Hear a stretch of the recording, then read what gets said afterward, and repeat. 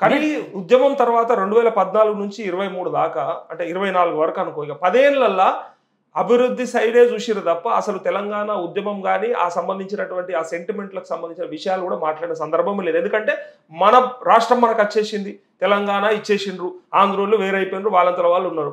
So మనంతలో మనం బాగున్నాం కదా అనుకున్నాక వాళ్ళని వాడుకోవడంలో తప్పేముంది అనేది ప్రశ్న. ఇక్కడ ఇక్కడ వాళ్ళని వాడుకోమనేది నా బాధ. ఇక అది వాడుకునేది ఇక్కడ పాట మొత్తం వాళ్ళ చేతిలో పెట్టి మీరే రాసి మీరే వాడి మీరే ఇయ్యూరి అన్నప్పుడు అది తప్పు. 100% ఎవరు కూడా దాన్ని యాక్సెప్ట్ చేయరు. సో ఒక టెక్నికల్ అంశమే కదా అది. అయితే వాస్తవంగా అంటే ఇక్కడ ఒకటి అసలు మరి ఆయన కూడా ఏమనుకుంటాడో నాకు తెలియదు, కానీ ఆయన వాగ్గేయకారుడు, రాసి పాడేవాడు. రాసి పాడేవాడు అంటే ట్యూన్ కూడా ఆయనే కడతాడు, స్వరకర్త కూడా ఆయనే. అవును. అప్పుడు పాట అతందే అవుతా. అసలు వాస్తవంగా చెప్పాలంటే ఇంకో మ్యూజిక్ డైరెక్టర్ అవసరం లేదు, స్వరకర్త ఆయనే అయినప్పుడు ఇంకా నువ్వేం ట్యూన్ చేస్తావయ్యా? ఎవరైనా సరే రేపు కంపోజింగ్ ఆర్కెస్ట్రేషన్ అది ఎవరైనా చేస్తారు కదా. అయ్యా నీ పాటకి ఆల్రెడీ ట్యూన్ ఉంది. ఇప్పుడు చాలా మంది కొంతమంది మ్యూజిక్ డైరెక్టర్లు తను సంగీతం చదువుకోకపోయినా కానీ నోటితోనే చెప్తారు, వాళ్ళు పాట ట్యూన్ ఈ విధంగా ఉండాలని చెప్తారు, చేయించుకుంటారు. అప్పుడు చేసిన వాళ్ళ పేరు రాదు కదా, వీళ్ళ పేరే వస్తుంది కదా మ్యూజిక్ డైరెక్టర్ అని. అట్లాంటప్పుడు నువ్వే వేసుకోకపోయినావయ్యా, నీకు ఇంకో తోడెందుకు? నీకు అరేంజర్, నీకు కావాల్సింది మ్యూజిక్ డైరెక్టర్ కాదు, వాస్తవంగా అరేంజర్. వాళ్ళని చెప్తే నీకు అరేంజ్ చేస్తాడు కదా, నీకు ఆల్రెడీ ట్యూన్ ఉంది. ఇప్పుడు పోనీ ట్యూన్ మారుస్తున్నావా? లేదుగా, అదే ట్యూన్గా. ఓకే, ఇప్పుడు కీరవాన్ అంటే అట్లా కీరవాన్ కింద ఉండే అసిస్టెంట్లు లేదంటే ఆయన ఉండేటోళ్ళు ఆ ట్రూప్లో కానీ ఆ బ్యాచ్లో కానీ ఉండేటోళ్ళు రకరకాల ఇన్స్ట్రుమెంట్స్ ఉంటాయి. మరి వాళ్ళంతా కూడా ఆంధ్రోళ్ళు ఉంటే నీకు ఆర్కెస్ట్రా మీరు అన్నారు అరేంజ్ చేస్తే సరిపోతుంది. నేను చెప్పేది నువ్వు పాట సృష్టికర్త ఇతను. అవును, పాట సృష్టికర్త, సంగీత దర్శకుడు, పాట రాసే వ్యక్తి, పాడే వ్యక్తి కీలకం ఒక పాటకి. అవును. ఇప్పుడు అది వయలిన్ వాయించే వాళ్ళు ఉంటారు, తబలా వాయించే వాళ్ళు ఉంటారు. వాళ్ళని ఇప్పుడు ఇక్కడ సినిమా రంగానికే మెడ్రాస్ నుంచి తెచ్చుకుంటున్నారు. వాళ్ళ కొరత ఇప్పటికీ ఉన్నది. మెయిన్ ఇది కాబట్టి, మెయిన్ సంగీత దర్శకుడు కాబట్టి అతన్ని మేము మార్చమంటున్నాం, తెలంగాణ వాళ్ళని పెట్టుకోమంటున్నాం. అదే తప్ప ఇంకా వేరే ఏది కాదు.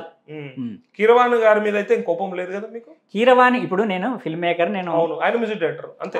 ఆయన మ్యూజిక్ డైరెక్టర్.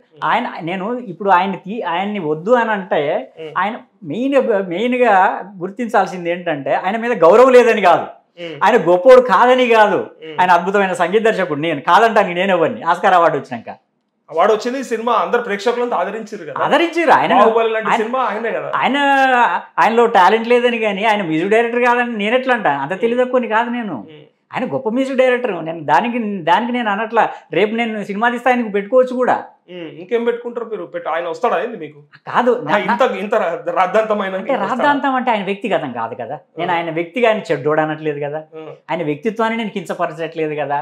అయ్యా ఇంకా నేను ఆయనకు రిక్వెస్ట్ చేసేది ఏంటంటే ఆయన తప్పుకొని ఎవరైనా తెలంగాణ వాళ్ళకి అవకాశం ఇస్తే ఆయన చేతులెత్తి దండం పెడతారు. ఆయనకి ఈ కీర్తి అక్కర్లా, ఆయనకు ఆల్రెడీ ఆస్కార్ లెవెల్ కీర్తున్నది. అదే కీర్తి కోసం చేస్తలేడు అంటే ఆయన కూడా నాకు చాలా సౌమ్యం, నాకు తెలుసు. ఆయన ఏంటంటే ఒక ముఖ్యమంత్రి స్థాయిలో వ్యక్తి పిలిచి మాట్లాడాడు, వీళ్ళు వెళ్ళి తెలంగాణ ఒక రాష్ట్ర గీతం చేయాలంటే సరే ఒక మంచి అవకాశం కదా అని ఆయన వెళ్ళి ఉంటాడు. వాస్తవంగా ఆయన వివాదాలకు దూరంగా ఉంటాడు. అవును. ఆయన మీద నాకు కించిత్ కొంచెం వేరే నెగిటివ్ అభిప్రాయం. ఎందుకు ఆయనకు నాకు ఉండాల్సిన అవసరం ఏంటి అసలు? ఆయన ఒక మంచి సంగీత దర్శకుడు, ఆయన మీద ఆయన పాటలను ఇష్టపడతా, ఎందుకు నేను ఆయన వ్యతిరేకించాలి? కేవలం ఈ పర్టికులర్ ఇష్యూలో కూడా తెలంగాణ రాష్ట్ర గీతం కాబట్టి ఆ అస్తిత్వం ఉండాలంటున్నది తప్పితే ఇప్పుడు అందశ్రీ కానీ ప్రభుత్వమే కానీ ఒక సినిమా నిర్మించి ఆయన సంగీత దర్శకుడు పెట్టుకున్నా నాకు ఏ అభ్యంతరం లేదు. ఇది రాష్ట్ర గీతం, రాష్ట్రానికి రాష్ట్ర ప్రజలందరికీ సంబంధించింది కాబట్టే తెలంగాణ వాళ్ళు చేస్తే బాగుండాలనేది నా అభిప్రాయం తప్ప అందశ్రీ సినిమా తీసి కీరవాణ్ణి పెట్టుకుంటే నాకెందుకు, రేమాన్ని పెట్టుకుంటే నాకెందుకు? ఇదే కీరవాణ్ణి పెట్టుకొని ఆయన ఏమన్నా చేసుకొని. ఇంకో మాట అన్నాడు కదా, మీరు ఒక మ్యూజిక్ డైరెక్టర్ పేరు చెప్తే నీ సినిమాకి పెట్టుకున్నావు అని చెప్పి నా సినిమాకి పెట్టుకోమంటావా? దానికి కూడా నేను చెప్పాను కదా, నీ సినిమా అయితే ఎవరన్నా పెట్టుకో, ఈ సినిమా కదా రాష్ట్ర గీతం అని చెప్పిన.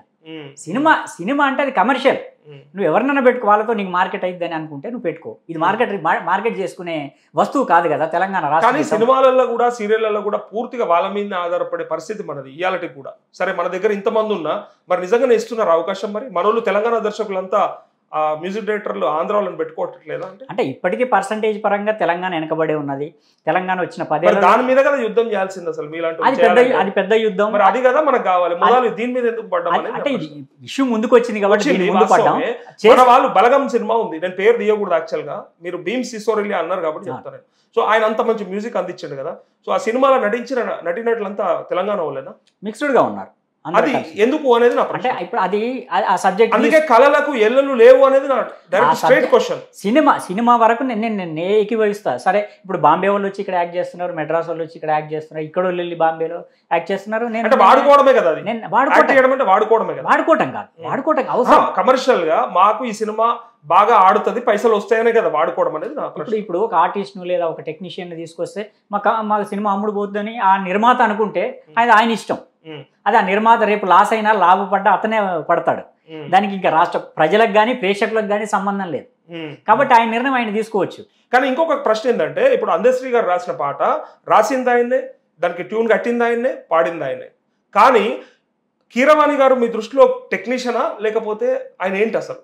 అంటే మంచి అద్భుతమైన సంగీత దర్శకుడు. టెక్నికాలిటీగా మాట్లాడితే టెక్నీషియనే కదా. అసలు ఆ విషయంలో రెండో మాటే లేదు, డౌటే లేదు.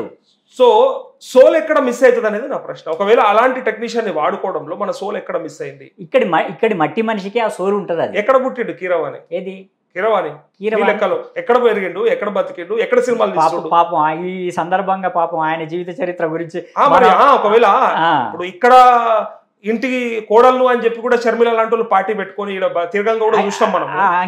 ఆయన సినిమా అంగీకరించారా? ఆమెను వెళ్ళిపోయింది, వీళ్ళు కూడా ఓన్ చేసుకోలేదు కదా. అయితే ఇక్కడ పాప ఆయన ఏదో ఈస్ట్ గోదావరి వెస్ట్ గోదావరి మళ్ళీ కర్ణాటకకి వెళ్ళారు, కొంతకాలం అక్కడ ఉన్నారని తెలుసు, నాకు తెలిసినంత సమాచారం. తర్వాత మెడ్రాస్కి వచ్చారు, తర్వాత హైదరాబాద్. నడితే ఏమని చెప్తారు? హైదరాబాద్ అనే చెప్తాడు. మీది ఏ ఊరు అంటే హైదరాబాద్ అనే చెప్పుకుంటాడు. ఇప్పుడు స్థానికత వేరు. అదే వస్తుంది. ఇప్పుడు ముందరకు ఏమొస్తుంది తెలుసా, మళ్ళీ మ్యూజిక్ పక్కకు పోయి స్థానికతకే వస్తుంది. మళ్ళీ మీ సినిమాలలో వాళ్ళని ఎందుకు పెట్టుకుంటారు, వాళ్ళ సినిమాలలో వీళ్ళ టెక్నీషియన్స్ ఎందుకున్నారనే మాటలు. అది పెద్ద ఇష్యూ. అది లేపితే ఇంకా అది పెద్ద గందరగోళం ఇష్యూ. అది అసలు సాధ్యమవుతుంది. మీ ఇల్లు ఎక్కడ ఉంది చెప్పండి? నాది విద్యానగర్ లో ఉంది కదా. మీ సొంత ఇల్లా? కాదు, సొంత ఇల్లు ఎక్కడ ఉంది? ఊర్లో వరంగల్లో ఉంటుంది. ఉంది కదా. బంగ్లానా? అసలు నాకు వాస్తవం చెప్పాలి, నాకు ఇల్లు లేదు. లేదా ఒకవేళ ఉంటే ఇల్లు ఎవరు కడుతున్నారు మన దగ్గర? ఇల్లు ఎక్కడోనే కడతారు. అదే నేను నా ప్రశ్న, స్ట్రైట్ క్వశ్చన్ ఇది. ఎక్కడోనే కడతారు. ఎక్కడైనా ఆంధ్ర వాళ్ళని పెట్టుకొని మేస్త్రులను పెట్టుకొని కట్టించుకో. ఆంధ్ర మేస్త్రులనే కాదు, ఇక్కడ కడుతున్నారు, ఆంధ్ర వాళ్ళు కడుతున్నారు. మన వాళ్ళకి ఇవ్వకుండా ఆలకిస్తున్నారు అనేది నా ప్రశ్న ఎక్కువ. అంటే అది కూడా ఒక ఎమోషన్, ఒక సెంటిమెంట్. ఫీల్ అది కూడా టెక్నికల్ గానే, టెక్నీషియన్ కదా ఆయన. లేదు ఇల్లు అనేది ఇంటికి రాష్ట్రానికి సంబంధం లేదు.